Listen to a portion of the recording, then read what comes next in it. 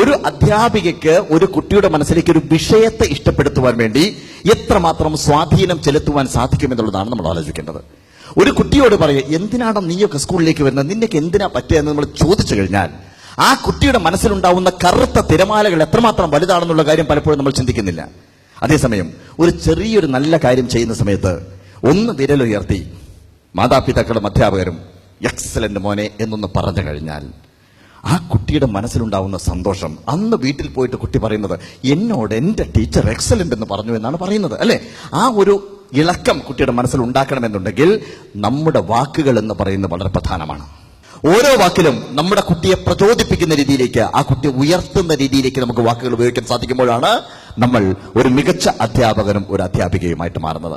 രണ്ടാമത്തെ അക്ഷരത്തിലേക്ക് നമ്മൾ കിടക്കുന്നു. That is A for actions. Allan പീസിന്റെ ഒരു പുസ്തകമുണ്ട്. ആ പുസ്തകത്തിന്റെ പേര് ബോഡി ലാംഗ്വേജ് എന്നാണ്. ആ പുസ്തകത്തിനകത്ത് പറയുന്ന കാര്യം നമ്മൾ വായിക്കുന്ന സമയത്ത് നമ്മൾ പോലും വിശ്വസിക്കില്ല. പക്ഷേ ഇത് ശാസ്ത്രീയമായി തെളിയിക്കപ്പെട്ട കാര്യമാണ്. വാക്കുകളിലൂടെ ആശയങ്ങൾ മറ്റൊരാൾക്ക് കൈമാറാൻ സാധിക്കുന്നത് വെറും 7% മാത്രമാണ്. 7% മാത്രമാണ്. ബാക്കി 38% ഇമോഷൻസിലൂടെയാണ് മറ്റുള്ളവർക്ക് മനസ്സിലാക്കിയെടുക്കാൻ സാധിക്കുന്നത്. 38%. ബാക്കി 55% നമ്മുടെ ബോഡി ലാംഗ്വേജിലൂടെയാണ് മറ്റുള്ളവർക്ക് മനസ്സിലാക്കിയെടുക്കാൻ സാധിക്കുന്നത്. അപ്പം ആലോചിച്ച് നോക്കിയേ, ബോഡി ലാംഗ്വേജിന്റെ, നമ്മുടെ ചലനത്തിന്റെ പ്രസക്തി എത്രമാത്രമുണ്ട് എന്നുള്ള കാര്യം. ഇവിടെയാണ് എന്റെ പ്രിയപ്പെട്ട അധ്യാപകരോട് ഞാൻ പറയാൻ പോകുന്നത്. നിങ്ങൾ എല്ലാവരും അധ്യാപകർ എന്നതിലപ്പുറം ഒരു പെർഫോമറായിട്ട് മാറുക. ഓരോ ദിവസവും നിങ്ങൾ ക്ലാസ്സിലേക്ക് വരുന്ന സമയത്ത് ഡോർ തുറന്ന് അകത്തേക്ക് വന്നു കഴിഞ്ഞാൽ പിന്നെ അവിടെ നിങ്ങളുടെ ആക്ഷൻസ് ആയിരിക്കണം. നിങ്ങളുടെ കണ്ണുകളും കൈകളും എല്ലാം ചലിക്കുന്നത് കണ്ട് കുട്ടികളുടെ മനസ്സിലത് ചിത്രമായിട്ട് പിടിച്ചു വെക്കാൻ സാധിക്കണം. നിങ്ങൾ ക്ലാസ്സിൽ പറഞ്ഞുകൊണ്ടിരിക്കുമ്പോൾ, പഠിപ്പിച്ചുകൊണ്ടിരിക്കുമ്പോൾ നിങ്ങളുടെ മുമ്പിലിരിക്കുന്ന വിദ്യാർത്ഥി അവിടെ ഉണ്ടായിരിക്കണം. നമ്മൾ പഠിപ്പിക്കുന്ന കാര്യങ്ങൾ ഒന്നാണ്. കഴിഞ്ഞ വർഷം പഠിപ്പിച്ച അതേ വിഷയമാണ് ഈ വർഷവും പഠിപ്പിക്കുന്നത്. അടുത്ത വർഷം പഠിപ്പിക്കാൻ പോകുന്നതും അതേ കാര്യങ്ങൾ തന്നെയാണ്. പക്ഷെ നമ്മൾ ഓർക്കേണ്ടത്, ഒരു മജീഷ്യന്റെ മുമ്പിൽ കാണികൾ ഇരിക്കുന്നത് പോലെ ഓരോ വിദ്യാർത്ഥിയും പുതിയവരാണ്. അവർ പുതിയതായിട്ട് അറിയുന്ന കാര്യങ്ങളാണ്, അവർ ആദ്യമായിട്ട് അറിയുന്ന കാര്യങ്ങളാണ് നിങ്ങൾ പഠിപ്പിച്ചു കൊടുക്കുന്നത്. നമുക്ക് പഴക്കമുണ്ടെങ്കിൽ പോലും അവർ ഫ്രഷാണ്. കത്തിച്ചൊലിക്കണം.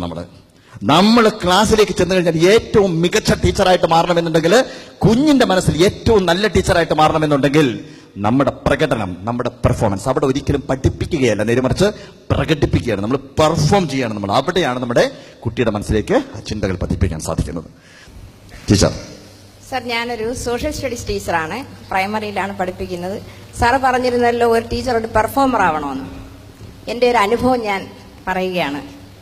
ഇന്ത്യയുടെ പല സ്റ്റേറ്റുകളെ പറ്റി പഠിപ്പിക്കേണ്ടുന്ന സമയമുണ്ടായിരുന്നു. ആ സമയത്ത് ഞാൻ ഓരോ സ്റ്റേറ്റുകളും വളരെ പെർഫോം ചെയ്ത് തന്നെ പഠിപ്പിച്ചു. മീൻസ് കുട്ടികളെ ഞാൻ പറയും, നമുക്ക് പോകാനുള്ള ട്രെയിൻ റെഡിയായി കിടക്കുന്നു, നമുക്ക് ട്രെയിനിൽ കയറാം. നമ്മളെല്ലാവരും ട്രെയിനിൽ കയറി പോന്നു, കാഴ്ചകൾ കാണുന്നു, ഓരോ സ്റ്റേറ്റിലും ചെല്ലുന്നു, അവിടുത്തെ ഓരോ കാഴ്ചകൾ ഞാൻ അവർക്ക് പറഞ്ഞു കൊടുത്തു. പക്ഷെ ഇതെന്റെ ഒരു ബിറ്ററായിട്ടുള്ള ഒരു അനുഭവമായി മാറി. കാരണം കുറച്ച് ആഴ്ചകൾ കഴിഞ്ഞപ്പോൾ ഇത് പഠിച്ചിരുന്ന 3 കുട്ടികൾ ഈ സ്ഥലം കാണാനായി തനിയെ പുറപ്പെട്ടു. ഇത് എന്നെ വല്ലാതെ വേദനിപ്പിക്കുകയും എന്നോട് ബാക്കി ടീച്ചേഴ്സ് വാൺ ചെയ്തു, ഇനി മേലിൽ ഇങ്ങനെ പഠിപ്പിച്ചേക്കരുത്. അത് കഴിഞ്ഞ് ഞാൻ മുംബൈക്ക് പോയി. എൻ്റെ ഹസ്ബൻഡ് റിട്ടയർമെന്റ് പാർട്ടി ഉണ്ടായിരുന്നു. എനിക്ക് അങ്ങ് കുട്ടികളോട് ഇത് പറയാൻ ഭയങ്കര ഇൻട്രസ്റ്റ് ആയിരുന്നു. ഈ പ്ലെയിനിൽ കയറുന്നതും ടീച്ചേഴ്സ് പറഞ്ഞു, ടീച്ചറെ അടുത്ത വേല ഒപ്പിച്ച് വെക്കരുതും.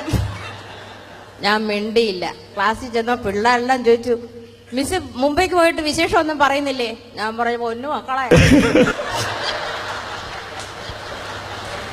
ടീച്ചർ പറഞ്ഞ കാര്യം വളരെ സറ്റയറായിട്ടുള്ള ഒരു തമാശയുള്ള കാര്യമാണെങ്കിൽ പോലും ഞാൻ റിക്വസ്റ്റ് ചെയ്യാം ടീച്ചറോട്, ടീച്ചർ ആദ്യം പറഞ്ഞ അതുപോലെ ചെയ്യണം. മറ്റുള്ളവർ എന്ത് നമ്മളെ പറ്റി ചിന്തിക്കുന്നു എന്ന് വിചാരിച്ചുകൊണ്ട് ജീവിക്കാൻ ശ്രമിച്ചു കഴിഞ്ഞാൽ നമുക്ക് ജീവിക്കാൻ സമയം കിട്ടില്ല. അതുകൊണ്ട് മറ്റുള്ളവരുടെ സംതൃപ്തി അല്ല പ്രധാനം, നമ്മുടെ സംതൃപ്തിയാണ് പ്രധാനം.